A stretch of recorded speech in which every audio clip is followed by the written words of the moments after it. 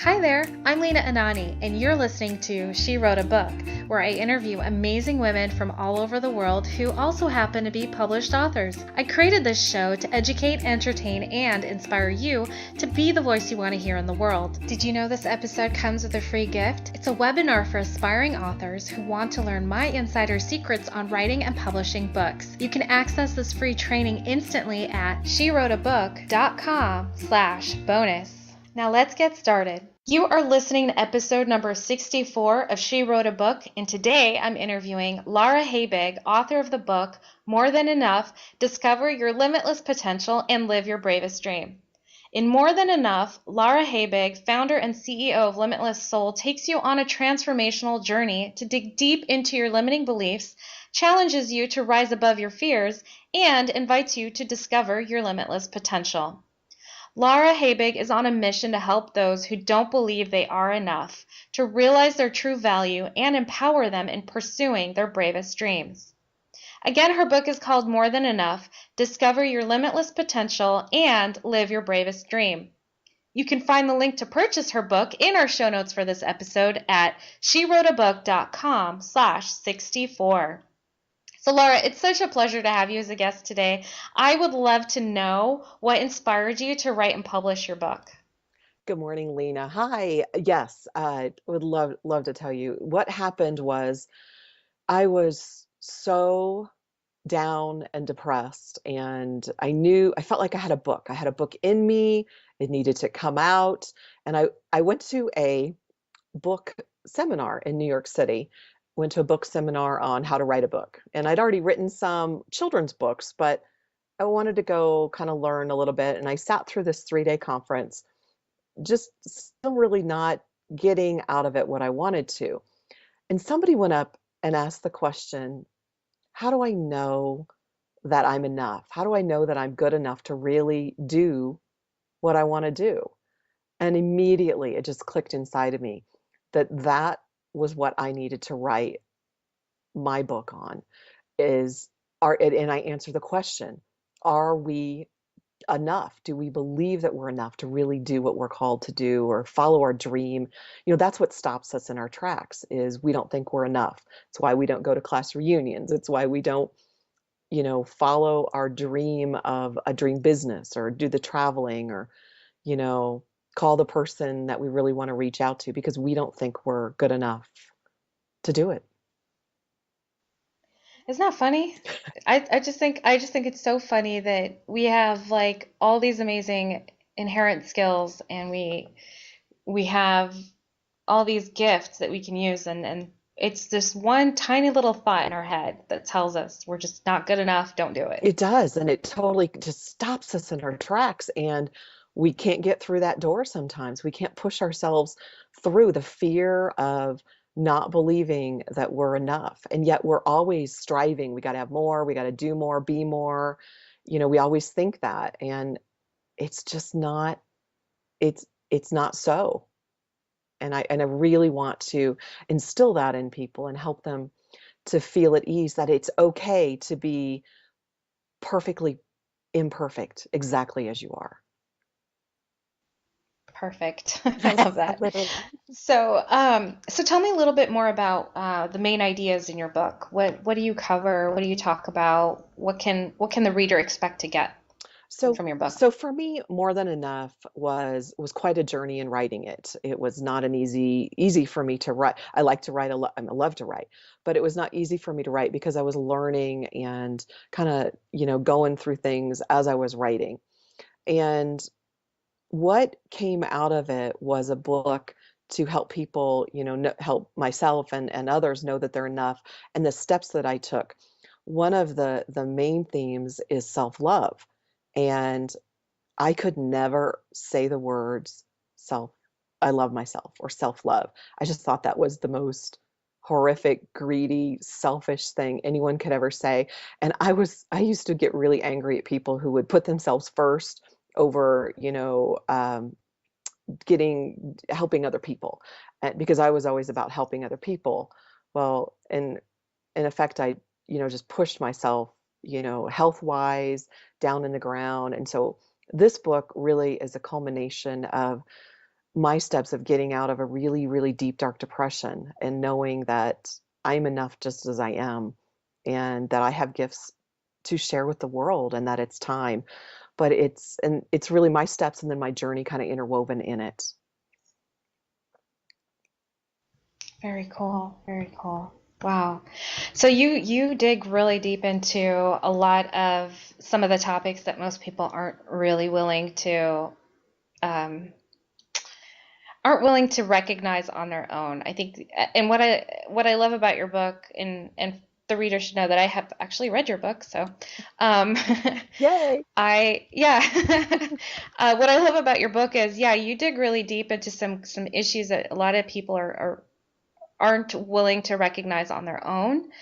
But what's cool about your book is you help people, like you're kind of like, it's as if you're there with the reader, walking them along this journey and like, okay, let's recognize this part of your life is, needs some work, and here's how, and I'm here to help guide you through it. It's not as scary as you think. So why did you write your book like that? Because that's how I felt. I was scared and I didn't feel like I had any guidance except God. And so I just kind of tapped in and let God speak through me and what needed to come out. And I learned while I was writing it. One of my most favorite chapters is Rock What You've Got. And it sounds kind of fun, but really I start off with this horrific journal entry of my own from several years ago, really not even that many years ago, 3 4 years ago, about how much I hated myself and my body. And Rock What You've Got, what came out of it was once I started practicing some of the things that God was teaching me to reinstill this self-love and inside of me, to love myself again and my body and its functions. We are just these intricate masterpieces that are amazing. This tapestry that's woven together that God created, and to appreciate that instead of hating how I looked or hating how my hair was or that, this thigh's too big or, whatever. So instead, it's about just embracing all of it and loving yourself. And then once I was able to do that and I can teach people to do that for themselves, it just opens you up and then you can relax in knowing who you are and walk into, I was able to walk into finishing the book and a new business and a new life. And that's what I really want to help people do is to love themselves exactly as they are and to know that they're enough. And then when they do that, they can just open up to the possibilities. And what kind of possibilities do you think Oh gosh, can there's open up? anytime. Like what Yeah, what opened up for you? what Let's talk about that. well, Like if what what opened up happened with you? for me, I always my tagline is, to know you're enough to reach your bravest dream. So any kind of dream, whatever it is your dream for your life is. Maybe it's to retire and travel. That could be that, but you're too scared. You're too scared to actually retire, even though maybe you have the money to. Another dream or possibility might be that you want to start a new business that or a home business or something. Maybe it's huge. Maybe you have this huge dream inside of you, but the fear of walking through that door because you don't think that you're enough or you're good enough uh, just stops you. And so, what I want to do is help people with this book be able to turn that doorknob and take those first few steps, and then they can take off in whatever direction that they feel called to do in their own life. The possibilities are endless. I love how you put that. They are. It's the possibilities depend on the person that's using your book, reading and using your book. That's Yes, great. absolutely. Well said. All right. So, who needs to read your book? Well, I think everybody, however, Don't we all? everybody needs to read it. But I know marketing experts tell me you have to have a niche. Just kidding. Yeah, they do. But I really wrote it for people like myself because they're the ones who are going to, resonate. And, people in their probably late 30s, 40s, 50s who have lived maybe a really tough life, maybe just a so-so life, and they've always had something nagging at them that they are ready, that they want to do, they want to take that next step. So those women who were ready to turn that doorknob and walk through their fear, because it's scary. It is so scary to finally get rid of that crappy belief that we're not enough, and stop that mind chatter. Start noticing what's going on in your head, but stop it and move through anyway. Go for it. Why do you think it's so scary for some of us to turn that knob and walk through the door? I think that we have all of these subconscious beliefs in our mind, our body, that we don't even know about. And until we slow down, and I talk about that in the first chapter in Being Still, until we really slow down and start noticing why we're doing things just out of habit, there are these subconscious beliefs underneath there, something that is propelling us to do these things, even though they may not be beneficial for us to do things or say things.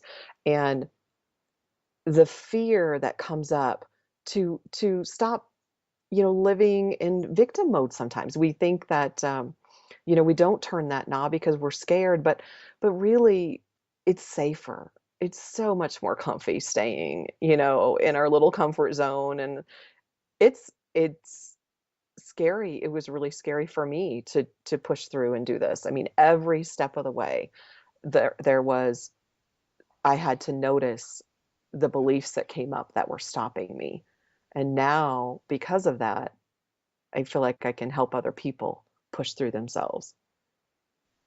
For those who, so if we have any listeners who are scared to turn the knob and walk through the door for the limitless possibilities that life have to offer them, what would be one, in one sentence, what would be a good mantra for them to put in their minds, so that every time they come across this door, that if their mind's being flooded with doubts, they just replace it with this mantra and hopefully encourage them to walk through the door and receive what's waiting for them on the other side. What would that one sentence mantra be? That one sentence mantra for me is, I will be true to myself no matter what. I will be true to myself no matter what. And that's what I want people to do, is to stop listening to the everyone from the outside telling them what they should be or should do, and just really tap in, listen to their own heart, their own God speaking to them, and I will be true to myself no matter what. And put their hand on that door and just go for it. Go for whatever it is that they want to go for. That's so beautiful. I love that mantra. That's so perfect. Lara, what do you love most about being an author? What do I love most about being an author? It was really emotional to see the book on Amazon for the very first day. I love most that for the first time in my life, I held in my hand my book and a creation that I created that was just completely a gift from God through me to the world.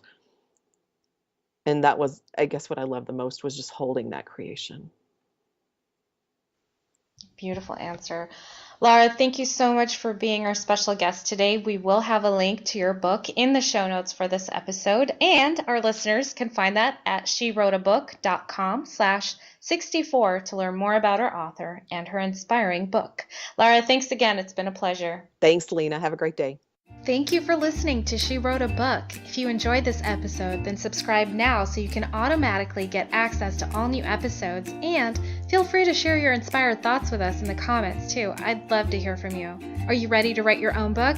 Get started now with my quick and concise webinars so you can learn my insider secrets on writing and publishing your own book. Claim your free gift now at SheWroteABook.com/bonus.